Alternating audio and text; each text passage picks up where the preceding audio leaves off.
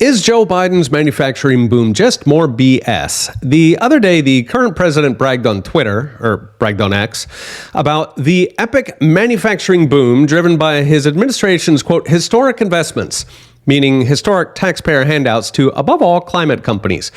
Bloomberg subsequently ran an article on the apparent puzzle that new factories are coming online at a furious pace, even as manufacturing has declined for 9 months running. So what gives? Is manufacturing back thanks to Biden, or is it standard Biden BS? I've got a full article on the newsletter, but the key is that, like all government handouts, the dollars are big, but they're not investment, they are waste.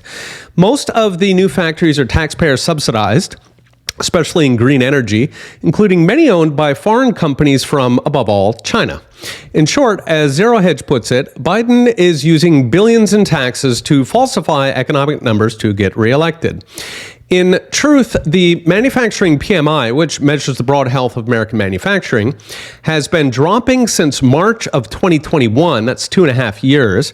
In fact, it's at the lowest level since just before the 2008 crisis. In the abstract, factories themselves are neither good nor bad. The question is, why did you build the factory? After all, the Soviet Union had tons of factories. They essentially redirected all of society's resources to building more factories at the expense of, say, bread and meat. One furniture factory famously put out product that was so flimsy that it was literally worth less than the wood it took to make it. They'd have done better closing the factory, selling the logs to Germany, and using the log money to import chairs you can actually sit on. So while a private sector factory is indeed a wonderful thing, government factories aren't measuring prosperity to come. They are measuring taxpayer fleecings to come. A poster child is semiconductors. Last August, the CHIPS Act, which was bipartisan, so thanks Republicans, handed $50 billion to crony semiconductor makers, sending chip factory construction from $6 billion in 2021 to $16 billion in the latest numbers. Of course, the semiconductor industry is famously cyclical, and factories do take time to build. So when the money was handed out, we were in the mother of all supply chain strangles, but already chips are in oversupply and prices are falling. Meaning, by the time the money is fully spent, there is a very good chance that, like the Soviet chair factory, it will pay better to shut down. Climate is likely to deliver this on steroids, with Biden handing $1 trillion to the Greens alone. What manufacturing actually needs is not handouts, but across-the-board deregulation, especially repealing climate, labor, and diversity mandates.